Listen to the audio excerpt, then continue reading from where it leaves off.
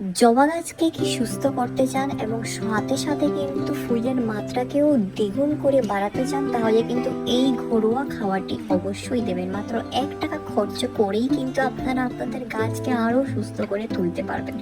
যতই ঝড় বৃষ্টি হোক না কেন গাছ কিন্তু মরবে না, উল্টো গাছ সতেজ হয়ে উঠবে। দেখতেই পাচ্ছেন এই খাবারের মধ্যে কিন্তু প্রচণ্ড মাত্রায় একটা পটাশিয়াম এবং booster fertiliser immunity mix up আছে।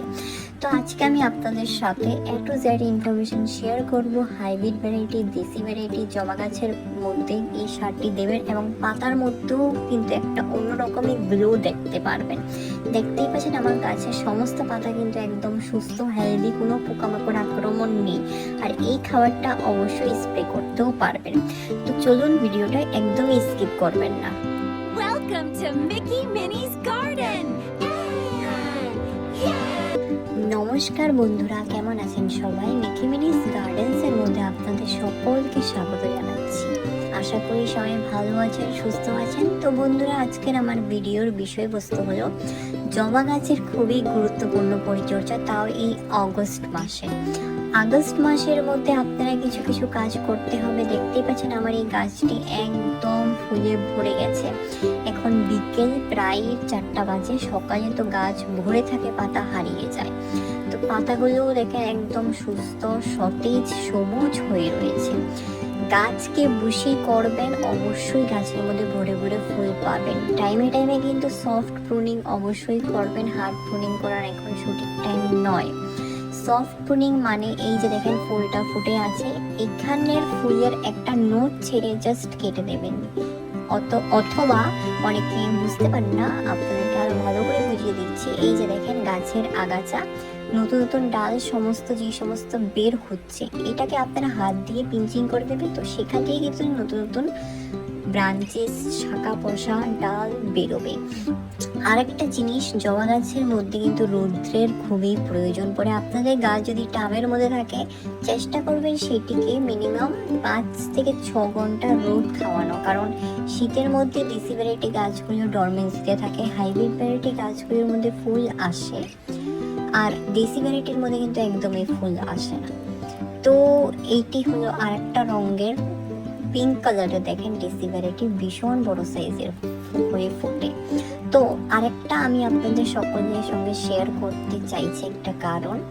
এই যে দেখেন গাছটির মধ্যে ফুলে এত পরিমাণে ভরে আছে, এটা শুধু একটি কারণ, সেটি হলো বুস্টিং ইমিউনিটি স্প্রে।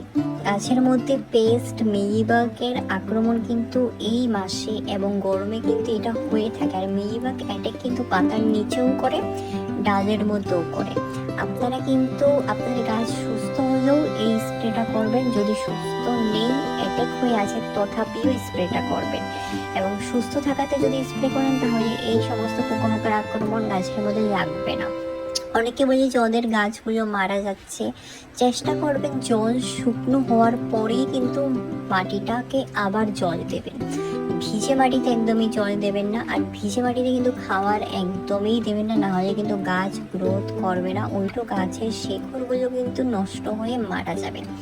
আরেকটা জিনিস, আপনারা একটা কাজ করতে পারেন, নিম অয়েল অনেকের কাছে হয়তো আছে, অনেকের কাছে হয়তো নেই। নিম পাতা যদি থাকে, নিম পাতা সিদ্ধ করে গাছের মধ্যে সপ্তাহে 2 থেকে 3 বার করে স্প্রে করবেন। নিম অয়েলের কোনো প্রয়োজন পড়বে না। উল্টো অর্গ্যানিক খাবার যদি আপনারা গাছের মধ্যে দেন, তাহলে গাছ কিন্তু খুব সুন্দরভাবে গ্লো করবে। এই যে দেখেন, এটি হলো আরেকটা মেস্তা জবা বলা হয়, আর বিভিন্ন নাম হয়তো আছে। আপনারা যদি জেনে থাকেন অবশ্যই আমাকে জানাবেন। আর এই গাছটাতেও কিন্তু আমি প্রুনিং করেছি, সফট প্রুনিং করে করে কিন্তু গাছগুলোকে বুশি করে তুলেছি। আর এটি হলো দেখেন সাদা রঙের দেশি ভ্যারাইটির জবা, খুব সুন্দর জমিতে লাগানো গাছ, এবং কিছু কিছু গাছ আছে গ্রো ব্যাগে লাগানো। তো আরেকটা জিনিস হলো, এই যে দেখেন এই ফুলগুলো কালকে ফুটেছে, এগুলোকে কিন্তু গাছের মধ্যে রাখা চলবে না, নাহলে কিন্তু গাছের সমস্ত এনার্জি এগুলো স্টোর করে রেখে দেয়। আপনারা কিন্তু আশা করে বসে থাকবেন না যে গাছ থেকে অটোমেটিক ফুলটা পড়ে যাবে। আপনারা সেটা হওয়ার আগে আগে কিন্তু পিঞ্চিং করে করে তুলে নেবেন। আর ফুলগুলোকে কিন্তু একদমই ফেলবেন না, ফুল দিয়েও কিন্তু খুব সুন্দরভাবে একটা ফার্টিলাইজার গাছের খাবার তৈরি করা যায়, সেটা আমি আপনাদের সকলের সঙ্গে কিন্তু একটা ভিডিওতে অবশ্যই শেয়ার করব। তো যত সমস্ত নষ্ট হয়ে গেছে, ফুল শুকনো হয়ে গেছে, এই সমস্ত ফুলগুলি কিন্তু আমি তুলে নিচ্ছি। আর গাছের মধ্যে দেখেন গ্রো ব্যাগের মধ্যে আগাছাগুলোকে রাখবে না। গ্রো ব্যাগের মধ্যে যদি আপনারা আগাছা নোটিস করেন তাহলে অবশ্যই আগাছাগুলোকে কিন্তু গ্রো ব্যাগ থেকে তুলে নেবেন, না হলে গাছের খাবার দেওয়ার আগে কিন্তু সেই আগাছাগুলো খেয়ে বড় হয়ে যাবে। আর ছোট ছোট গাছকে কিন্তু বেশি পরিমাণে ভিজতে দেবেন না। যদি আপনাদের জায়গাতে বর্ষা হয়ে আছে, বর্ষাতে কিন্তু গাছগুলোকে অতিমাত্রায় রাখবে না, নাহলে কিন্তু রুট পচে যাবে, শেকড় নষ্ট হয়ে যাবে। তার পরবর্তীতে কিন্তু গাছ মারা যাবে, গাছ সতেজ হয়ে উঠবে না কখনো। তারপর আরেকটা জিনিস আপনাদের সঙ্গে শেয়ার করি, কাটিং থেকেও কিন্তু খুব সুন্দরভাবে আপনারা চারা তৈরি করতে পারবেন। যে কোনো কাটিং এই সিজনে কিন্তু লেগে যায়, আপনারা বালিতেও তৈরি করতে পারবেন, মাটিতেও তৈরি করতে পারবেন, উল্টো জলে রেখেও কিন্তু আপনারা শিকড় আনতে পারবেন। আমি কিন্তু 2-3টা চারা কিন্তু জলে রেখেও কিন্তু শিকড় এনেছি, আমার শর্ট ভিডিওর ক্লিপিংয়ে আছে, অবশ্যই আপনারা সেখানে গিয়ে চেক আউট করতে পারবেন। আর অনেকে বলে যে ওদের গাছের মধ্যে কুড়ি আসছে না, কুড়ি না আসার কিন্তু বিভিন্ন কারণ হয়ে থাকে। আপনাদের গাছের মধ্যে কিন্তু সঠিক পরিমাণে রৌদ্র পড়ে না, অথবা আপনাদের গাছের মাটির মধ্যে কিন্তু হিউমিক অ্যাসিড নেই, যেটা একটা অ্যাসিডিক ফর্মে মাটিটাকে রাখতে হয়। তারপরগুলিতে কিন্তু আমাদেরকে হিউমিক অ্যাসিড দিতে হয়, সেটা মার্কেট ফার্টিলাইজারও আপনারা দিতে পারেন, অথবা ঘরে তৈরি করা সারও কিন্তু আপনারা দিতে পারেন, কোনো সমস্যা নেই হিউমিক অ্যাসিড বানিয়ে। তথাপি আরেকটা রিজন হয়ে থাকে, সেটা হলো পটাশিয়াম ফসফরাস যদি গাছের মধ্যে না পায় তাহলে কিন্তু গাছের মধ্যে কুড়ি আসে না কখনো। আরেকটা জিনিস আপনারা লক্ষ্য করবেন, ওভার ওয়াটারিং কখনো করবেন না। যদি ওভার ওয়াটারিং করেন, চেক করবেন সবসময় কিন্তু টাব থেকে কিন্তু জলটা যেন বেরিয়ে যায়, নাহলে কিন্তু জলগুলো স্টোর হয়ে কিন্তু শেকড় ড্যামেজ হওয়ার চান্সেসটা বেড়ে যায় অতি মাত্রায়। তো এই সমস্ত রিজন কিন্তু অবশ্যই আপনারা চেক আউট করবেন। মাটির টাবে যদি আপনারা থাকে গাছ, তো চিন্তা নেই, মাটির টাবে কিন্তু খুব সুন্দরভাবে ড্রেনেজ সিস্টেম অ্যাবজর্ব করে নেয়। প্লাস্টিক অথবা গ্রো ব্যাগের মধ্যে থাকে ভীষণ মাত্রায় কিন্তু ছিদ্র করে দেবেন।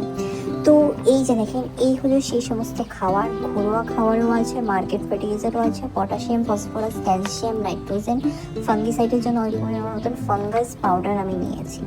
তো এই সমস্ত জিনিস কিন্তু আমি আমার গাছের মধ্যে প্রতি মাসে একবার করে দিয়ে থাকি, যাতে গাছ সুস্থ থাকে। মাসের মধ্যে একবার পরিমাণ মতন কিন্তু আমাদেরকে মার্কেট এবং রাসায়নিক খাবার দিতেই হয়। আর এই যে দেখেন ফুলের সাইজ আমার প্রায় হাত ভরে গেছে, এত সুন্দর হয়ে ফুটছে। এগুলো ব্যাঙ্গালোর ভ্যারাইটি আছে, কিছু পুনে ভ্যারাইটি আছে, তো বিভিন্ন বিভিন্ন কালারের ভ্যারাইটি আছে। তো আরেকটা জিনিস, এয়ারেশন করে কিন্তু আপনারা কখনো চারা তৈরি করবেন না। অনেকে প্লাস্টিক দিয়ে বেঁধে রেখে দেয়, অনেকে সাকসেসফুল হয়, অনেকে সাকসেসফুল হয় না। সেই জিনিস এয়ারেশনে কিন্তু চারা ম্যাক্সিমাম 100% থেকে 10% সাকসেসফুল হবে। কাটিং থেকে তৈরি করবেন, খুব সুন্দরভাবে গ্রোথ হবে। তো আশা করি বন্ধুরা আপনাদের সকলেরই এই ভিডিওটা ভালো লেগেছে। যদি ভিডিও ভালো লেগে থাকে তাহলে অবশ্যই কিন্তু আপনারা আপনাদের প্রিয় গার্ডেনিং বন্ধুদের সঙ্গে আমার ভিডিওখানে শেয়ার করবেন, আর অবশ্যই আমাকে কমেন্টে জানাবেন। আর যে কোনো সমস্যা হলে কিন্তু আপনারা আমাকে পিন করতে পারেন কমেন্ট সেকশনে। আমি সমস্ত গাছের বিষয়ে কিন্তু আপনাদের সঙ্গে ঘরোয়া রাসায়নিক খাবার নিয়ে কিন্তু আপনাদের সকলের সাথে কিন্তু আলোচনা করেই থাকি। তো আশা করি পরবর্তী একটা নতুন ভিডিও নিয়ে আবার নতুন এরকম টিপস অ্যান্ড ট্রিক্স নিয়ে খুব শিগগিরই আসবো। আর যে সমস্ত খাবার আজকে বলেছি এটা কিন্তু মাসের মধ্যে একবারই দেবেন, দুবার একদমই দেবে না, নাহলে কিন্তু গাছ স্ট্রেসে চলে যাবে, ডরমেন্সিতে চলে যাবে, ফুল আসবে না। তো চলুন পরবর্তী একটা নতুন ভিডিও নিয়ে আবার আসছি। ভালো থাকবেন, সুস্থ থাকবেন, ধন্যবাদ।